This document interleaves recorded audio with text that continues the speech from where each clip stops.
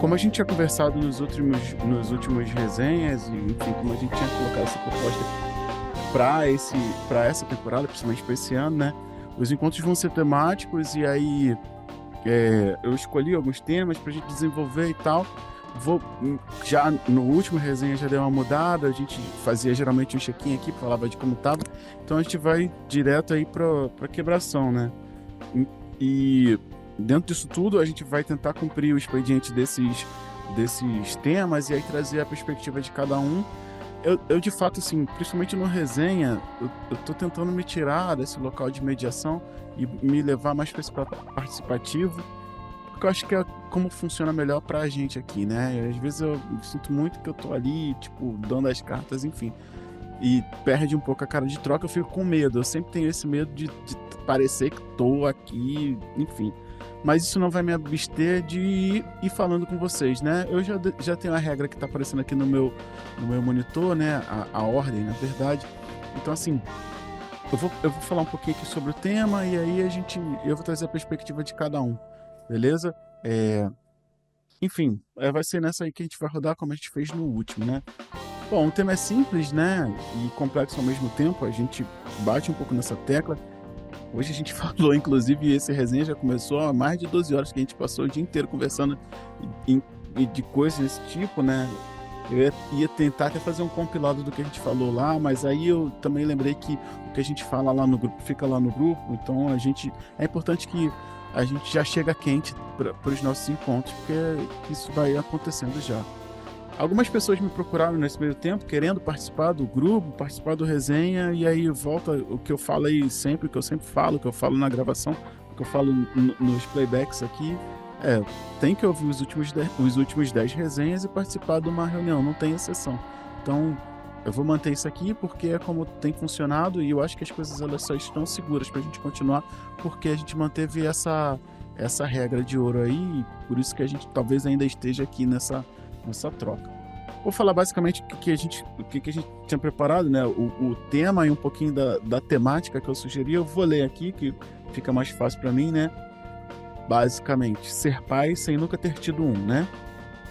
E aí o que eu tinha trazido? A gente vai falar um pouco da coragem de ocupar o papel que a gente não teve como referência, não teve uma referência tão bacana assim. A gente sabe que isso é endêmico, né? Então, temos exceções, temos regras, enfim, né? Como criar afeto, presença e vínculo quando a gente cresce com alguns buracos na ausência, e isso aí vai faltar alguma coisa sempre, né? Da figura paterna. E como isso atravessa a gente, como é que a gente pode aprender a ser chão, mesmo sem ter pisado em um lugar ou sem ter tido onde passar, né?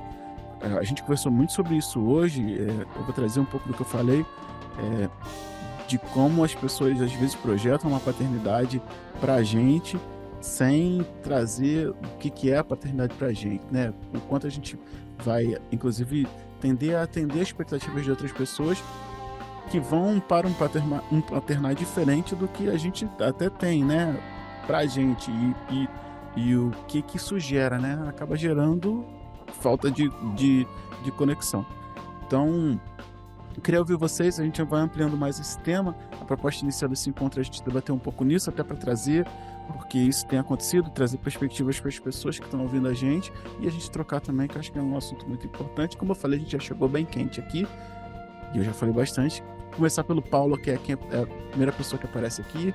Paulo, depois Rogério, depois Wesley, Walisson, Jasper, Will e o Ícaro Rafael, que são os que estão com a câmera aberta. O Alessandro quando chegar em casa, e eu acho que o Lucas, não sei se ele saiu, daqui a pouco ele volta de casa aí, beleza?